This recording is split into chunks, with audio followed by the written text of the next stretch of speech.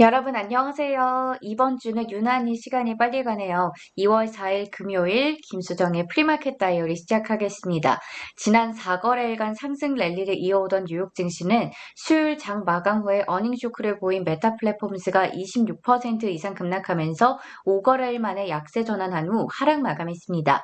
이에 빅테크주들까지 일제히 하락 마감했는데요. 한편 목요일 장 마감 후에는 아마존닷컴이 컨센서스를 상회하는 호실적을 발표하면서 13%가 넘게 급등하자 이에 나스닥 지수 선물이 반등하고 있습니다. 한편 오늘은 1월 비농업 고용지표 발표가 있는 날인데요. 미국에서는 올해 들어서 코로나19와 오미크론 확진자가 급증한 데다가 인력난이 더 심해지면서 이 수치가 40만 명 정도 감소할 것이다 라는 전망이 나오고 있는 상황입니다. 이렇다 보니까 다우지수 선물이 178포인트 이상 하락하다가 현재는 조금은 지금 낙폭을 줄여서 0.32% 정도 빠지고 있는 상황입니다. S&P 500 지수 선물 같은 경우에는 하락하다가 현재 소폭 반등하는 모습입니다.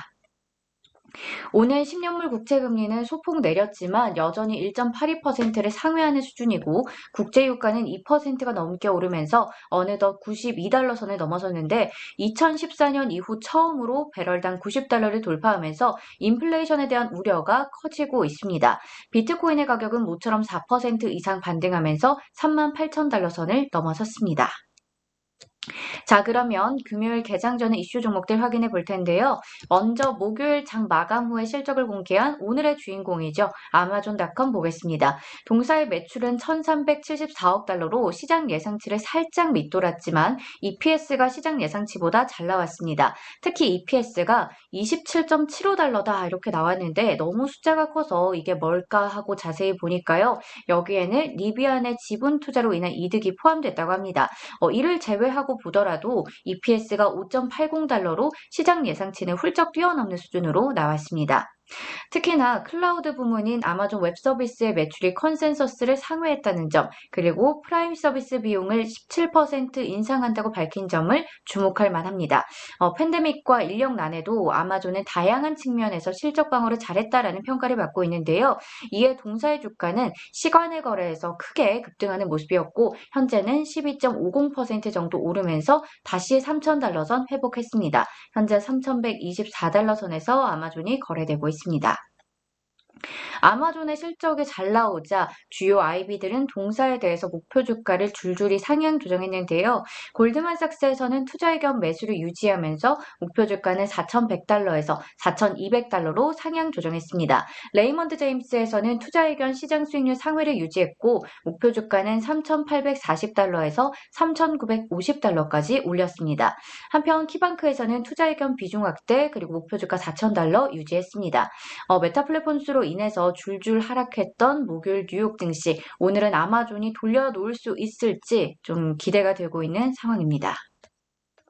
이어서 스냅과 핀터레스트 볼 텐데요. 양사는 어제 메타 플랫폼스의 주가가 크게 빠지면서 함께 부진한 모습을 보였습니다. 하지만 오늘 장에서는 크게 반등하고 있는데 특히 스냅은 4분기 호실적을 발표한 데다가 낙관적인 가이던스까지 내면서 주가는 무려 45% 이상 폭등한 35달러 선에서 움직입니다. 그리고 핀터레스트도 글로벌 월간 활성 사용자는 6% 정도 감소했지만 매출과 EPS가 모두 월가 예상치를 뛰어넘으면서 주가는 12% 이상 반등하고 있습니다. 다음으로 메타 플랫폼즈 보겠습니다. 수요일 장 마감 후에 실적과 가이던스에 대한 실망감에 동사는 목요일 정규장에서 26%가 넘게 하락 마감했는데요. 2012년 상장 이래 최대 하락폭이라고 합니다. 이에 동사는 목요일 정규장에서 2,376억 달러 이상의 시가총액을 잃었다고 합니다. 아무래도 어제 메타 플랫폼즈 관련해서 많은 투자자분들이 속상하셨을 것 같고 또 이에 따라서 저가 매수다라고 보면서 많은 개인 투자자분들이 몰렸다라는 기사도 찾아볼 수 있었는데요.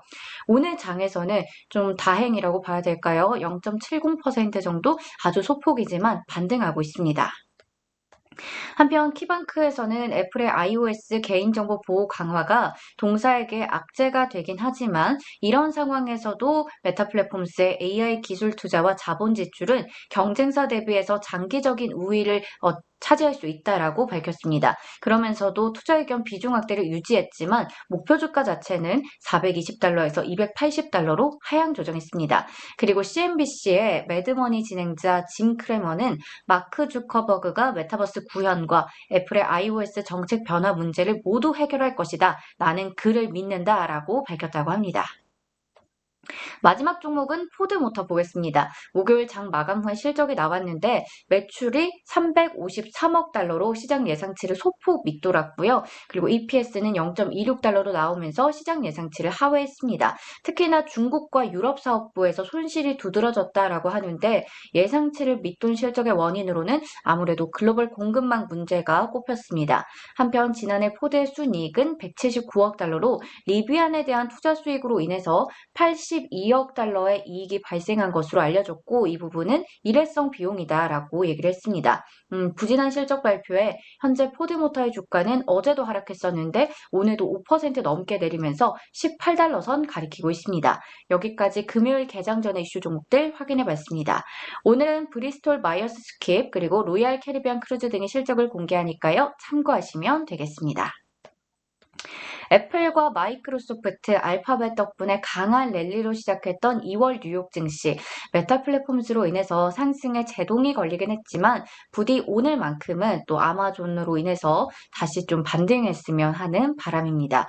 모두 한 주의 마지막 거래일도 힘내셔서 잘 마무리했으면 좋겠고요. 주말에도 건강 조심하시고 즐겁게 보내셨으면 좋겠습니다. 그럼 저는 다음 주 월요일에 다시 인사드릴게요. 주말 잘 보내세요. 안녕!